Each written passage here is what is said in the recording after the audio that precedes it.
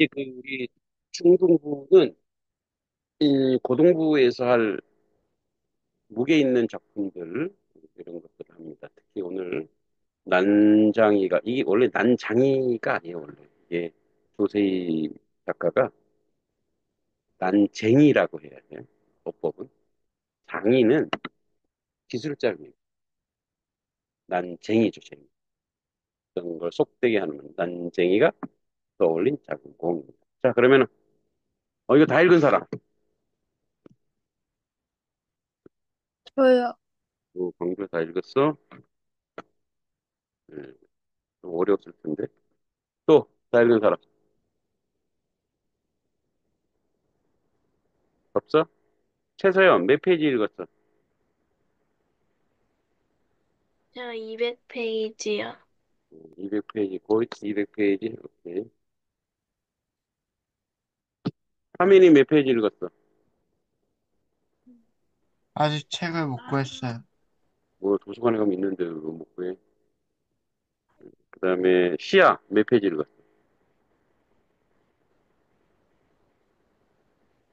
이시야,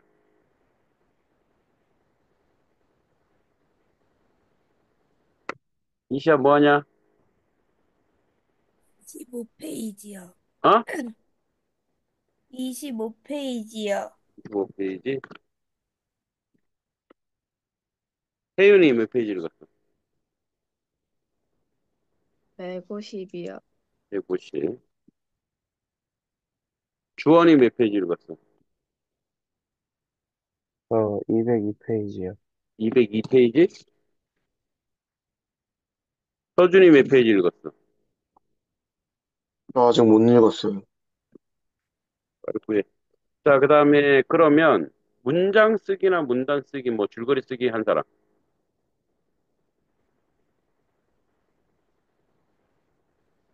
아무도 없어?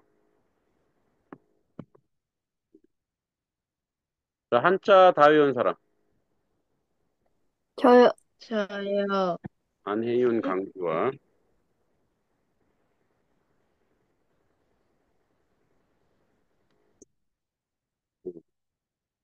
어하민, 이거 못 외웠어? 저요? 응. 4개 외웠어요. 어? 4개요. 네 개? 이거 마당장도들이 계속했던 거잖아. 아닌데요? 뭘 아니야. 우리 외운 것 중에 있는데. 아니야? 마당장 안 했어요. 그래? 그 다음에 서연이 몇 자였어? 저 다 외웠는데 아까 못 말했어요. 시야 몇 자였어? 다 외웠어요. 그 다음에 주원이 몇 자였어? 저 다 외웠어요. 서준이 몇 자였어? 못 외웠어요. 이걸 뭘 못 외워, 이거를. 지금도 외우겠다, 야. 자, 오케이. 자, 일반 상식. 이건 뭐 너무 쉬워서 점수 주려고 내준 건데. 자, 한민이. 세계에서 가장 큰 사막은 어디입니까? 사하라 사막. 아라사막. 서연이. 우리나라에서 가장 긴 강. 한강? 한강. 시야, 태양계에서 가장 큰 행성. 옥상, 어. 혜윤이, UN 본부는 어느 도시에 있나요? 미국? 야, 도시. 나라 말고. 뉴욕. 아니요. 좋아. 대한민국 헌법에 규정된 대통령의 임기는 몇 년인가요? 5년. 년. 주원이, 세계에서 가장 깊은 바다는 어디인가요? 어, 마리아나 해구. 마리아나 해구. 서준이, 세계에서 가장 많은 인구를 가진 나라는 어디인가요? 이거 지난번에 했었죠. 인도, 현재. 현재. 인도요. 아닙니다. 인도를 사실 초월한 나라래. 인도가 구글에 인도라고 나와 있던데? 어? 구글에요. 현재는 역전됐는데, 진짜? 그래? 인도가 역전했는데. 인도가 역전한 거야? 네, 돼 세계, 있던데요, 그렇게. 세계에서 가장 현재 많은 인구는,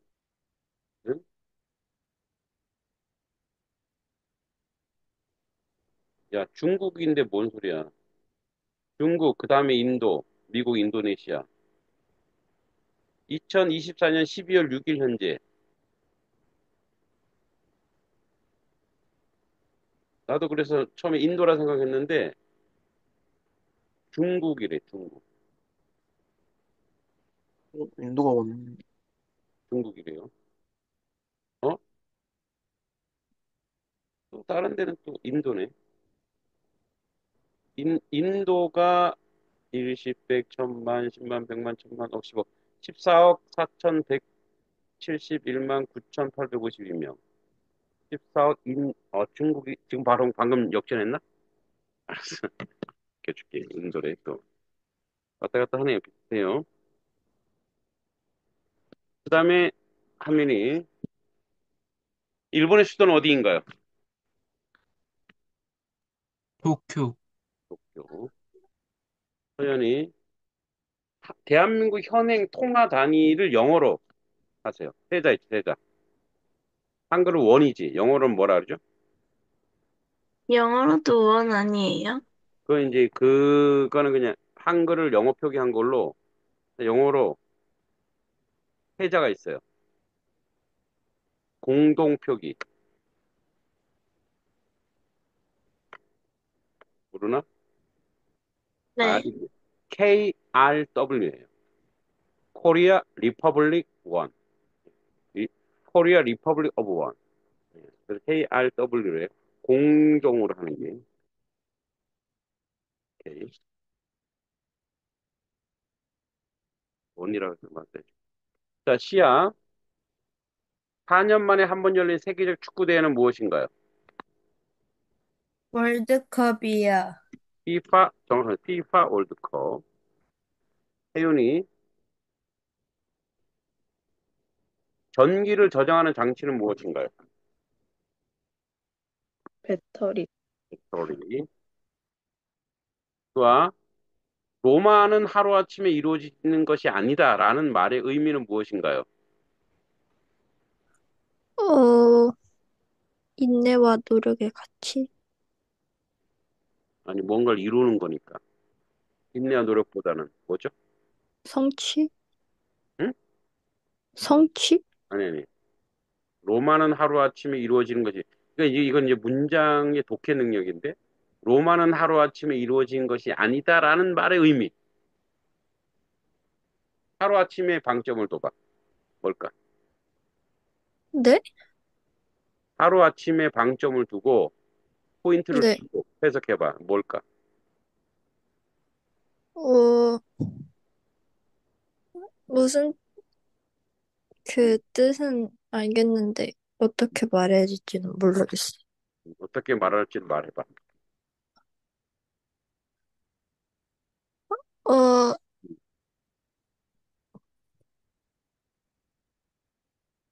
그럼 하루 아침에 이루어지지 않았다. 있는다. 그러니까 뭐야, 그러면?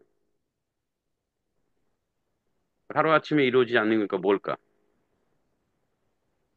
어,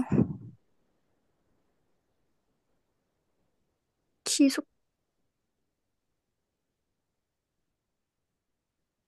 많은 시간과 공이 필요하다. 이런 얘기. 아, 하루아침이 아니니까. 그죠? 이런 걸 또 그렇게 해석할 수도 있어요. 오케이. 네. 그 다음에 구원이 대한민국 법률상 성년은 몇 세인가요? 만 19세. 9세. 서준이 세계 3대 요리는 프랑스 요리, 중국 요리 하나는 어디일까요? 튀르키예 요리. 어? 터키. 튀르키예 요리.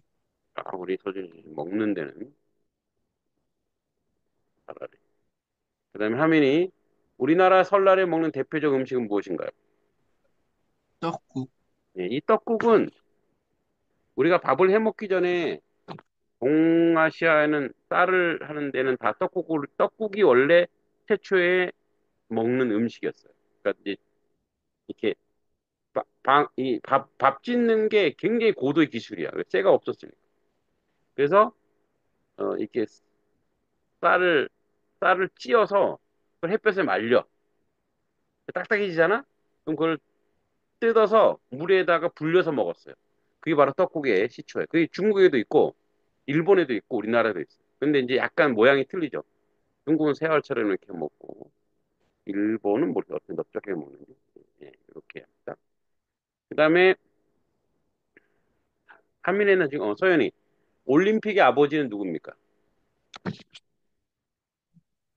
네, 모르겠어요. 몰라? 음, 시야 올림픽의 아버지. 후베르탱? 예, 피에르 르 코베르땡이죠. 혜윤이 지구의 공전 주기는 약 며칠인가요? 네? 지구의 공전 주기. 360일? 뭐? 365일? 365일 하고 또 뒤에 더 있어. 24? 어? 거의 근접했는데. 어, 365, 맞다 쳐주시면 안 돼요? 어? 맞다 쳐주시면 안 돼요? 못 쳐주겠어. 음, 365, 365, 어, 2, 5? 5예요. 365, 25. 아, 365, 25. 그래서 윤달이라는 게 있죠. 365, 25. 혜원이 늦지 않게 빨리 공부하러 와라. 그 다음에 누구지? 주아. 현존하는 가장 오래된 금속 활자본은 무엇인가요? 직지신경. 직지신경. 주원이 세계에서 가장 큰 산은 세계에서 가장 높은 산은 무엇일까요? 에베레스트. 에베레스트. 서준이 하나 더 기회를 줘야 되니까. 서준이 상식적인 거. 난쟁이가 쏘올린 작은 공을 쓴 사람의 이름은 무엇인가요? 조세희. 어? 조세희. 오세희 작가. 오케이. 난쏘공을 자 이게 참 잘 나오는 건데 우선 전체 줄거리를 우리가 조금 그래도 집중력 있게 보려면 영상으로 한번 보고 내용을 파악해 보겠습니다.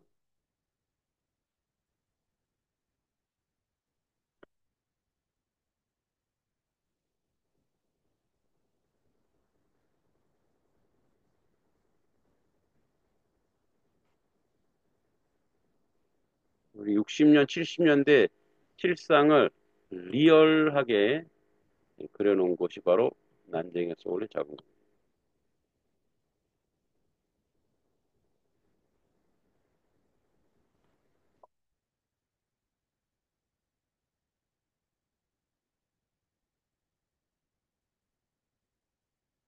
작품은 1970년대의 급격한 산업화의 물결 속에서 삶의 기반을 빼앗기고 몰락해가는 도시 빈민들의 삶을 다루고 있다. 여기 아마 청계천일 거예요. 노동자를 착취하고 투기를 일삼는 부도덕한 부유층과 최저 생활비에도 못 미치는 임금을 받으며 살아가는 빈민층의 삶을 대립적으로 그리고 있다.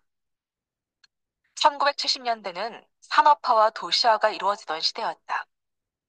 공장이 만들어졌고 사람들은 돈을 벌기 위해 도시로 몰려왔다.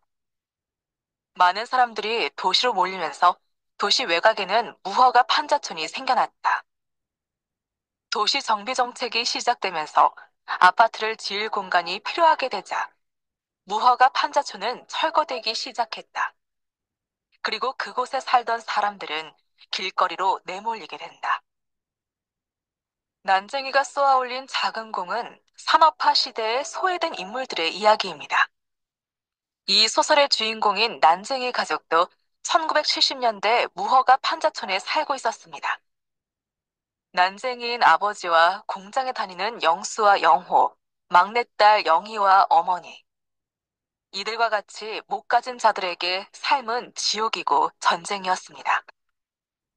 이들의 삶은 철거 계곡장을 받으면서 더 큰 어려움에 처하게 됩니다.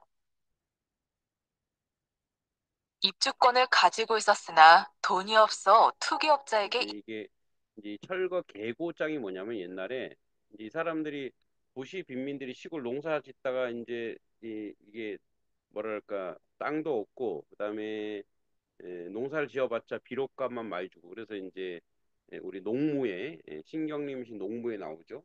그래서 이 사람들이 이제 도시로 갔단 말이야. 서울로 올라갔는데 사실 그곳에서 이 사람들이 살 수 없기 때문에 청계천이나 이런 데 판자촌을 이렇게 진짜 판때기만 놓고 그렇게 살았어요. 근데 이제 거기 원래 땅 주인이나 이런 사람 나라에서 싹 밀고 아파트를 지으려고 하니까 사람들을 다 내보내는 거예요. 계고장이라는 것은 몇 월 며칠까지 여기서 나가라 이런 얘기예요. 그래서 이제 여기 낙원구 역설적이죠. 낙원 완전히 뭐 지옥인데 낙원구라고 있죠. 그래서 낙원 행복동 완전 역설적이죠. 이렇게 해서 김부리 그래서 철거 이게 계고장이에요. 그래서 낙원구청장 뭐 이런 식으로 입주권을 팔 수밖에 없었기 때문입니다. 입주권을 투기업자에게 판 날, 아버지는 현실에 그 입주권은 뭐냐면 이 사람들이 나가잖아. 근데 이제 원래 살던 사람 살기 때문에 뭐 아파트 입주권을 줘. 근데 그 아파트 입주권은 그 사람이 아파트 살 수 있냐 입주권 갖고 택도 없지. 뭐 100분의 1도 안 되는 돈이야. 응? 그러니까 예를 들어 지금 뭐 아파트가 하면 2, 3억 하잖아? 그러면 500만 원도 안 되는 돈을 준 거야. 근데 그러니까 그걸 이 사람들이 아파트를 들어갈 수는 있어. 자격은 있지만 그러나 그만한 돈이 어디 있어, 이 사람들이. 그러니까 이거를 어떻게 해요? 투기꾼들이 그걸 재개발꾼들이 이걸 사갖고 이제 사람들에게 더 크게 대파는 거죠. 그 얘기하는 거예요. 중압감을 이기지 못하고 자살을 합니다. 열악한 노동 환경을 개선하기 위해 노동운동에 앞장선 영수는 공장에서 해고당합니다. 영희는 투기업자에게 입주권을 훔쳐 나오게 됩니다. 작가 조세희는 한 인터뷰에서 이렇게 말했습니다. 난쟁이가 벼랑 끝에 세운 위험표시 팻말이다. 이것을 넘어가면 우리는 벼랑 끝으로 떨어진다. 아저씨는 평생 동안 아무 일도 안 하셨습니까? 일을 안 하다니 일을 했지. 열심히 일했어. 그럼 무슨 나쁜 짓을 하신 적은 없으십니까? 없어.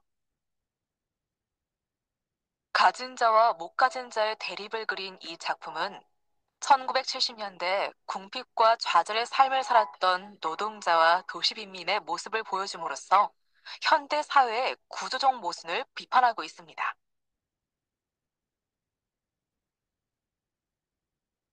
자, 여기서 이제 이런 얘기 하죠. 구조적 모순.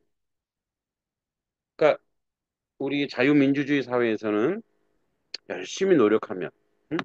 또 최선을 다하면, 뭐 그만한 먹거리나 생존이 보장된다. 이렇게 얘기하지만 실제적으로는 이 구조적 모순, 아무리 노력해도 안 되는 게 있단 말이에요.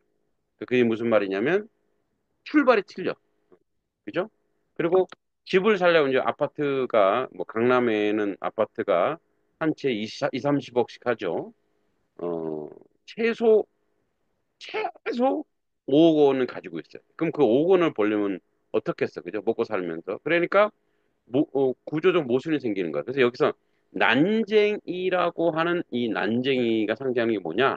바로 그 도시 철거민, 궁핍 환자를 얘기해요. 그리고 이제 난쟁이가 보니까 저쪽에 이렇게 큰 아파트 있죠. 난쟁이 사는 곳하고 아파트랑 이 대비가 돼. 그 거인들, 아파트 거기 갈 수 없는. 그러니까 신분제는 없어졌지만 조선시대 아니니까 신분제는 없어졌지만 역시 잘 살고 못 사는 것으로. 그러니까 이제 양극화로 이미 신분제가 이루어진 거죠. 근데 그거는 뭐 60년, 70년대, 물론 엄청나게 70년대에는 그 강하게 드러났지만, 그건 지금도 똑같아요. 지금도. 그죠? 지금도, 물론 여기도 아주 아파트 사는 어, 사람들이 있죠. 있는데, 에, 그러니까 이 빈부의 차이가 지금도 극심하게 일어나고 있는 거죠. 예, 그런 거. 근데 왜 이제 여기서 쏘아 올린 작은 공이 뭐냐? 이게 쏘아 올린 작은 공이 뭐냐? 그러니까 난쟁이는 그래서 이제 여기 여러분 읽어본 사람은 누가 읽어봤죠? 주아가 읽어봤죠. 읽어볼 때 이제 여기 영호, 영수, 영희 이 서술자가 바뀌어요. 그러니까 원래 서술자가 한 사람 하나로 가는데 여기 바뀌는 것은 아주 디테일하게 그걸 고발하기 위해서인데 그러니까 이제 달나라 이게 막 나오잖아. 달나라. 그게 무슨 말이냐면 이게 이제 환상인데 이 땅에서는 이룰 수 없는, 이 땅에서 이루어지지 않는 그런 현실적 한계를 상징하는 거. 그죠? 그래서 꿈에서나 잘 사는 것을 이루는 그런 거죠.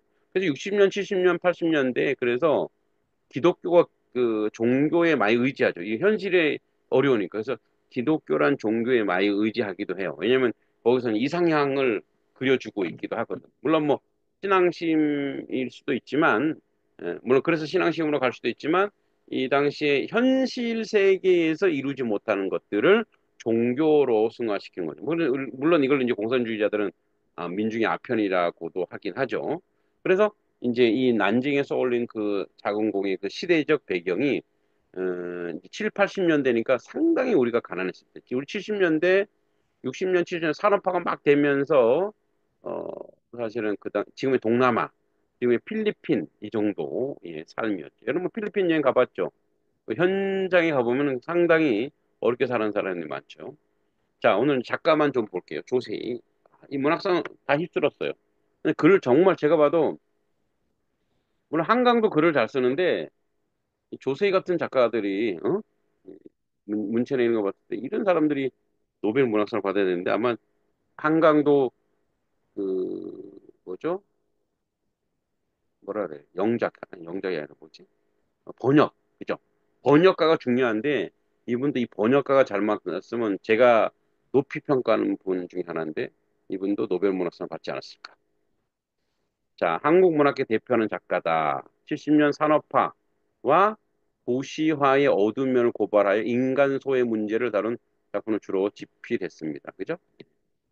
난쟁이 소련 자궁공, 현실의 부조리와 사회적 불평등을 심도 있게 다루며 간결하고 압축된 문체로 독자의 감정을 강하게 자극하고 작품의 산업화, 시대적 비인간적인 모습, 그죠?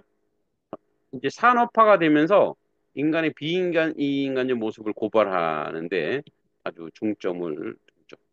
그래서 시대 배경은 1970년대 한국이 급격한 산업화 도시화가 배경이 됩니다. 경제 성장, 그러니까 이제 농업이 다 이제 무너진 거. 우리 7, 80%가 다 농사 지었던 사람들이 산업화를 하면서 이제 뭐 수매나 이런 아까 얘기했지만 빚을 더 많이 지니까 비료값도 안 나오는 그러니까 이제 도시로 가지만 기초 생활이 안 되는 거야. 기초 생활이. 그래서 산업화, 도시화가 배경이고 경제 성장의 그림자 속에서 빈부격차가 심화되고 가난한 노동자 계층이 도시 변들이 밀려나가는 착취당하는 사회적 문제가 조명합니다. 아, 자, 그래서 공간적 배경, 서울 판자촌, 공장지대, 교무대, 난쟁이 가족은 철거 위기 놓인 판자촌에 살고 있고 도시 빈민 삶을 생생히 보여준다. 자, 이제 그래서 마지막으로 영상 하나 더 볼 건데 이거는 뭐냐면 진짜 실질적인 얘기인데 지금 주아가 지금 분당 살지?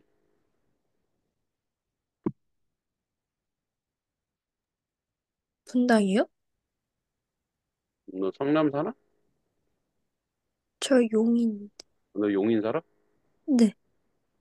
어, 옛날에 이제 성남, 그 용인 성남 그 근처에 대단지 사건이라고 생겼어요. 대단지 사건. 이게 이제 어떤 건지 잠깐 한번 보겠습니다. 대단지 사건이 뭔지.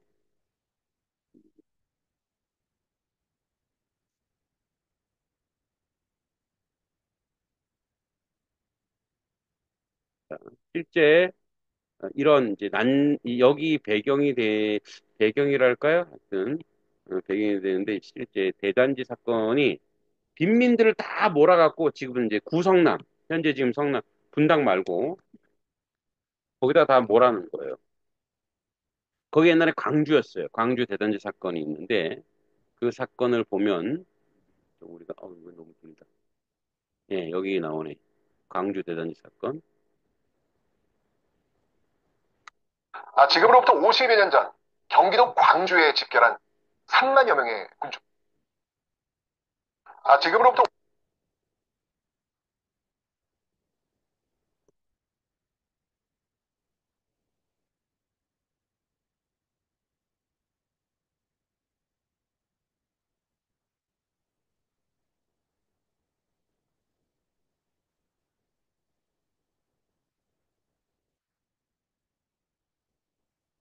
10여 년 전 경기도 광주에 집결한 3만여 명의 군중.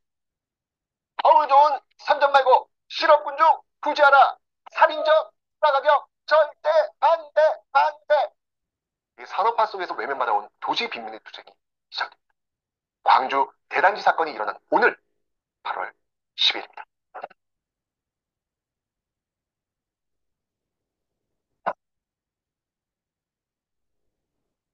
1960년대 서울은요, 이 공업화로 인한 이촌 향도 현상으로 도시에 몰려든 노동자들이 소위 달동네라 불리는 무허가 판자촌을 형성하며 살아왔는데요.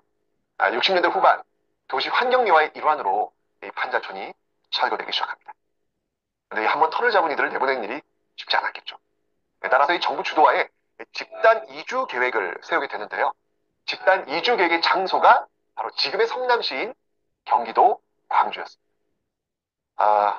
내 보금자리 생긴다는 그 희망 하나로 1971년 광주에는요, 무려 15만 명이 운집합니다. 근데 이게 뭐야? 이 변변찮은 시설도 마련되어 있지 않았고요. 교통편조차 턱없이 부족했습니다. 정말 그야말로 허허벌판에 버려진 것과 다름없는 상황.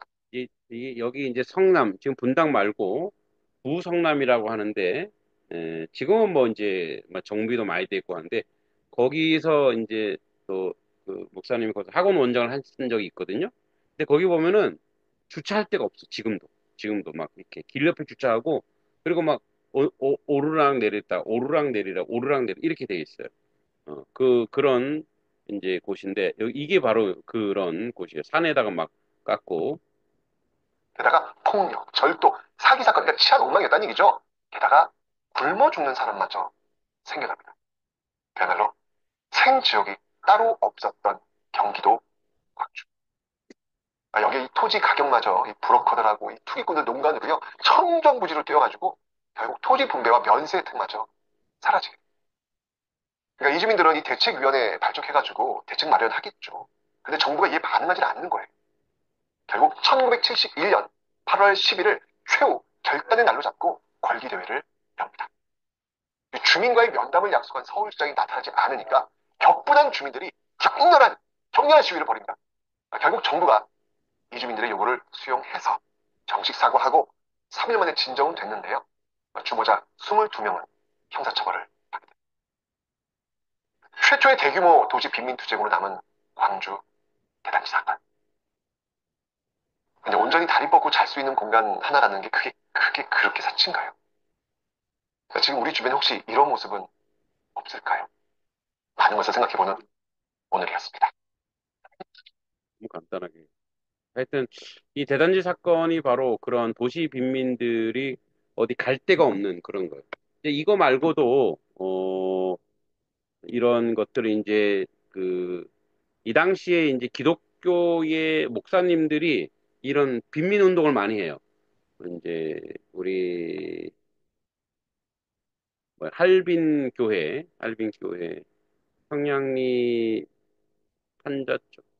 청계천에 있는 사람들을 몰아서 저기 남양만에다가 이제 이주했던 사람들. 뭐 하여튼 그 당시에 너무나 못 살았던 사람들의 삶의 이야기에 바로 난쟁이에서 올린 작은 공이고 이거 수능의 단골 문제고 여러분 뭐 내신에는 반드시 나옵니다. 이제 고등학교 올라가면 굉장히 의미 있는 얘기고 또 우리가 뭐 시험 대비만이 아니라 의미 있게 이런 부분을 바라봐야 돼. 그래서 즉 우리가 이제 공부하는 이유가 뭐냐? 우리 학문하는 이유, 공부하는 이유가 뭐냐면 공동체를 실현해나 공동체를 온전히 세워가기 위해서는 가난한 자를 돌볼 수 있는 그런 지적 능력이 있어야 되는 거죠. 그런 부분들을 한번 여러분들이 생각하면서 4주에 걸쳐서 이것을 보겠습니다.